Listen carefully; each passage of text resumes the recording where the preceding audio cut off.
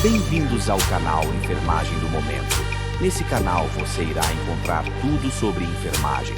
Tire todas as suas dúvidas aqui comigo. Aqui você encontra tudo sobre cálculos de enfermagem, assuntos que caem em processos seletivos, protocolos atualizados, técnicas de enfermagem, cuidados específicos em UTI, pronto-socorro, curativos, protocolo de sepse e muito mais. Venha aprimorar seus conhecimentos no meu canal. Sejam muito bem-vindos. Olá, sejam bem-vindos a mais um vídeo do meu canal. E no vídeo de hoje nós vamos falar sobre acidente vascular encefálico. O que vem a ser o acidente vascular encefálico? Antigamente chamado de AVC, atualmente conhecido como AVE. O acidente vascular encefálico nada mais é que a interrupção do fluxo sanguíneo em determinada região do cérebro, desenvolvido subitamente com sinais que caracterizam uma disfunção cerebral. Os sintomas eles podem aparecer em 24 horas. A sigla AVE é uma sigla mais usada atualmente, mas algumas fontes ainda utilizam a nomenclatura AVC, ou seja, acidente vascular cerebral, que nada mais é que a mesma disfunção.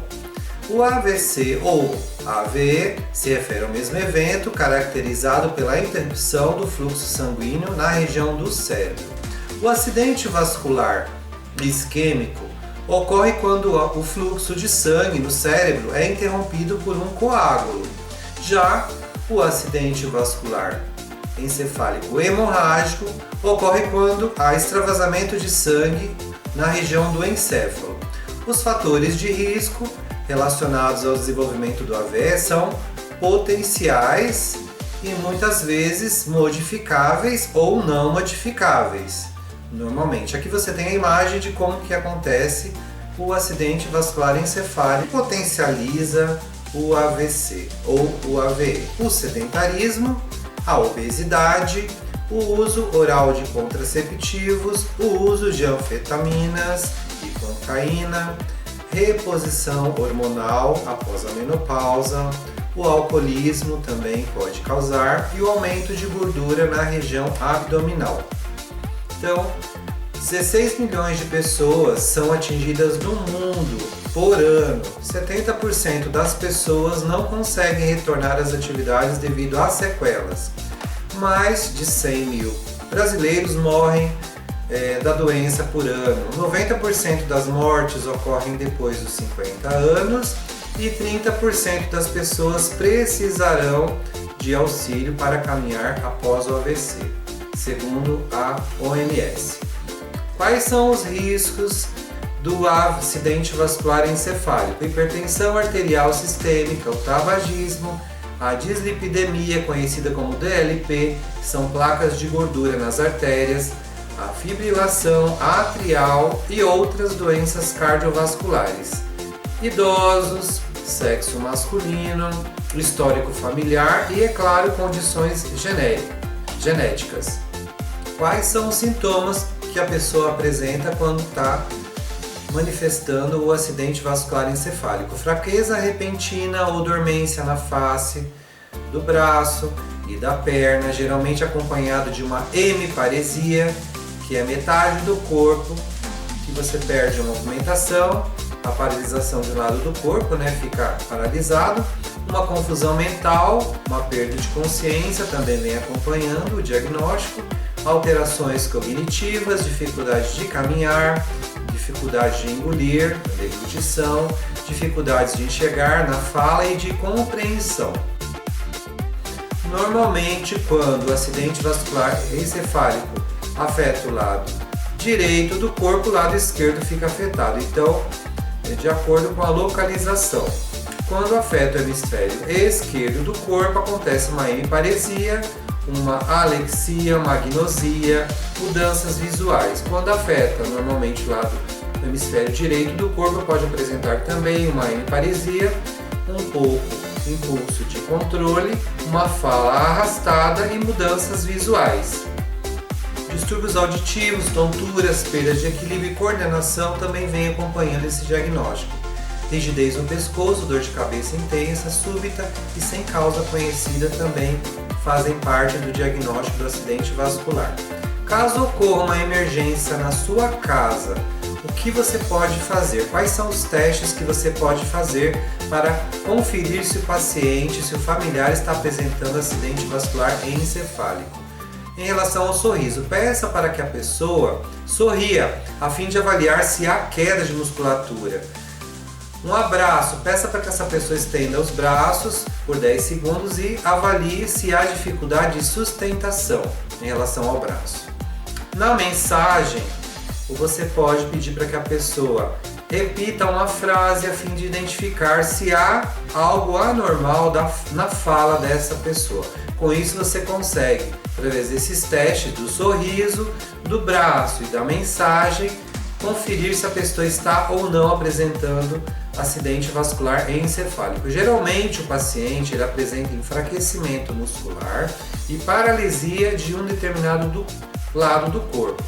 O diagnóstico, como é feito no acidente vascular encefálico? A anamnese, que é um histórico de sintomas do paciente, um exame físico, uma angiografia cerebral talvez seja necessário, uma tomografia computadorizada faz parte do protocolo de acidente vascular encefálico. Testes devem ser feitos em até 25 minutos após o paciente chegar no atendimento. Como se faz o tratamento do acidente vascular encefálico? O AVE, nesses casos, são utilizados trombolíticos para diluir os coágulos sanguíneos. Já no acidente vascular hemorrágico, são avaliados a pressão intracraniana e os sinais de compressão do tronco encefálico, podendo ser necessários a realização de uma craniotomia para descompressão do crânio. Quais são os cuidados de enfermagem aos pacientes que têm e que sofreram acidente vascular encefálico? Monitorizar a dieta do paciente, monitorar a quantidade de dieta que ele ingere, controle de peso do paciente em níveis considerados normais, uma mudança de decúbito caso necessário, evitar que o paciente passe por estresse e agitação, controle de pressão arterial e administração das medicações prescritas. Eu trouxe uma curiosidade a todos os enfermeiros e estudantes de enfermagem: qual é a escala que é realizado para, no caso, o acidente vascular encefálico? A escala de Cincinnati. Essa escala ela é realizada onde se avalia o sinal e o sintoma do paciente, normalmente a assimetria facial. Eu faço como? Eu peço para que o paciente mostre os dentes ou o sorriso.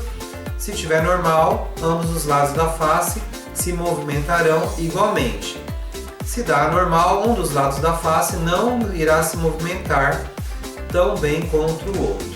Normalmente é avaliado também a debilidade dos braços. O paciente ele fecha os olhos e mantém os braços estendidos. Quando está dessa maneira, a gente consegue testar. Ambos os braços se movimentam igualmente ou não se movem quando está normal. Quando está normal, um braço não se move ou cai para baixo, e quando comparado ao outro. Então isso indica que existe uma anormalidade na escala de Cincinnati. Em relação à fala normal, como que eu testo? Eu peço para que o paciente diga, exemplo, o rato roeu a roupa do rei de Roma. Se estiver normal, ele vai usar as palavras corretas com a pronúncia clara. Se estiver anormal, a pronúncia das palavras serão completamente, no caso, inteligíveis, Ele vai usar palavras incorretas ou incapaz de falar as palavras necessárias. Então aqui você tem a escala mais precisamente de Cincinnati, que se refere à queda facial ou desvio de rima labial ao sorrir, uma debilidade ou queda de braço ao levantá-lo e um déficit ou alteração da fala ao pedir para que o paciente fale. Essa é a escala de Cincinnati, uma escala que cai bastante em processos seletivos para enfermeiros. Temos também aqui uma outra imagem para melhor entendimento. A avaliação do cliente pode ser feito até no SAMU. Então eu peço que ele sorria, então eu vou pedir para que a pessoa sorria, indicando a boca, verificando se a boca está torta, pedindo para que o paciente abraça, peço para que ele abrace dando indício ou não de perda de força. Música, pedir para que a pessoa cante, indício, eu posso observar o que? Uma fala confusa nesse paciente. E se identificar alterações, ligar imediatamente para o SAMU no 192. Então existe uma outra escala também destinada a enfermeiros, chamada escala de NIHSS, N-I-H-S-S. Essa escala é utilizada para avaliação da gravidade e para acompanhamento da evolução do acidente vascular encefálico.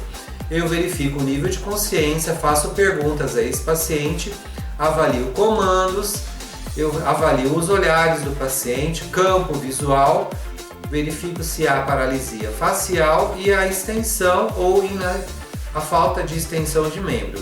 Verifico também se o membro superior está fletindo ou não, verifico a ataxia dos membros, a sensibilidade dos membros, a linguagem desse paciente e se existe presença de disartria.